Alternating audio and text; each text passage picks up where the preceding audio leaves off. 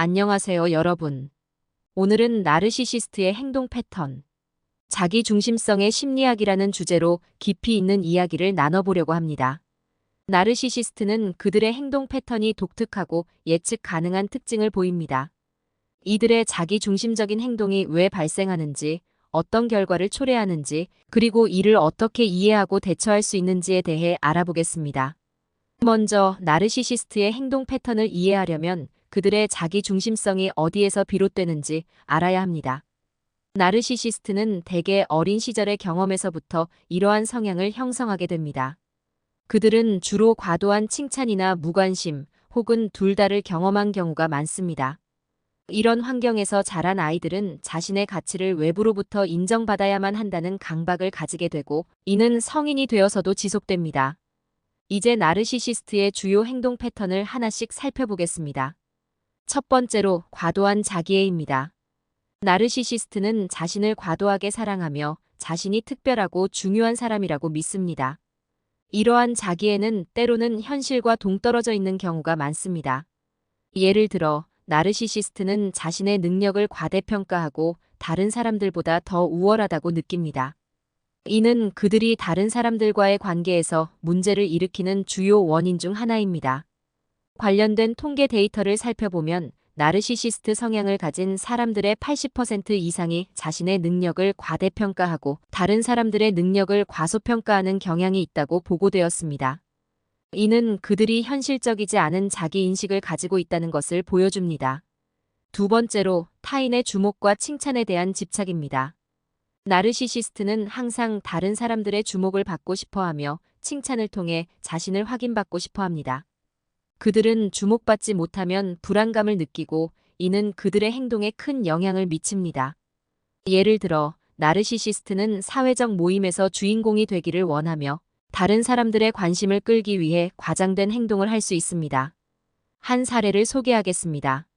한 남성은 직장에서 항상 주목받기를 원했습니다. 그는 회의에서 자신의 의견을 과도하게 주장하고 동료들의 성과를 자신이 한 일로 포장하곤 했습니다. 결국 그의 이러한 행동은 동료들과의 관계를 악화시켰고 그는 직장에서 고립되기 시작했습니다.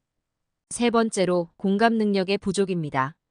나르시시스트는 다른 사람들의 감정에 대해 공감하는 능력이 부족합니다.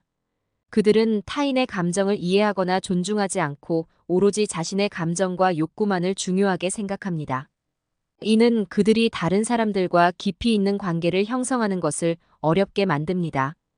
2021년에 발표된 연구에 따르면 나르시시스트 성향을 가진 사람들의 70% 이상이 공감 능력이 낮다고 보고되었습니다. 이는 그들이 다른 사람들의 감정을 이해하고 소통하는데 어려움을 겪는다는 것을 보여줍니다. 네 번째로 타인에 대한 통제 욕구입니다. 나르시시스트는 다른 사람들을 통제하고 조종하려는 강한 욕구를 가지고 있습니다. 그들은 자신의 의지대로 상황을 통제하고 다른 사람들이 자신에게 복종하게 만들고 싶어 합니다. 이러한 통제 욕구는 그들이 타인과의 관계에서 문제를 일으키는 주요 원인 중 하나입니다. 관련된 사례로 한 여성은 자신의 친구들을 모두 통제하려 했습니다. 그녀는 친구들이 자신의 말에 따르지 않으면 화를 내고 그들을 비난했습니다. 결국 그녀의 이러한 행동은 친구들과의 관계를 망치게 되었고 그녀는 고립된 상태로 남게 되었습니다. 다섯 번째로 책임 회피와 자기 변명입니다. 나르시시스트는 자신의 잘못을 인정하지 않고 항상 다른 사람이나 외부 요인의 책임을 돌리려 합니다. 그들은 자신이 완벽하다고 믿기 때문에 어떤 실수나 잘못이 있어도 이를 인정하지 않으려 합니다. 이는 그들이 다른 사람들과의 신뢰를 쌓는 것을 어렵게 만듭니다. 한 예로 한 남성은 프로젝트에서 큰 실수를 저질렀습니다. 그러나 그는 자신의 실수를 인정하지 않고 동료들에게 책임을 떠넘기려 했습니다. 결국 그의 이러한 태도는 팀 전체의 사기를 저하시키고 그는 동료들로부터 신뢰를 잃게 되었습니다. 이제 나르시시스트의 행동 패턴을 이해했으니 이들의 행동이 우리의 삶에 어떤 영향을 미치는지 살펴보겠습니다. 나르시시스트와의 관계는 우리의 정신 건강에 큰 영향을 미칠 수 있습니다. 그들은 우리의 자존감을 낮추고 불안과 스트레스를 증가시킬 수 있습니다. 또한 그들과의 관계에서 우리는 끊임없이 그들의 요구를 충족시켜야 한다는 압박감을 느끼게 됩니다. 관련된 통계를 보면 나르시시스트와의 관계에 있는 사람들의 65% 이상이 우울증, 불안, 스트레스 등의 정신 건강 문제를 경험했다고 보고되었습니다.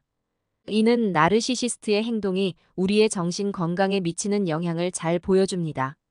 그렇다면 나르시시스트와의 관계에서 벗어나거나 이를 개선하기 위해 어떤 전략을 사용할 수 있을까요?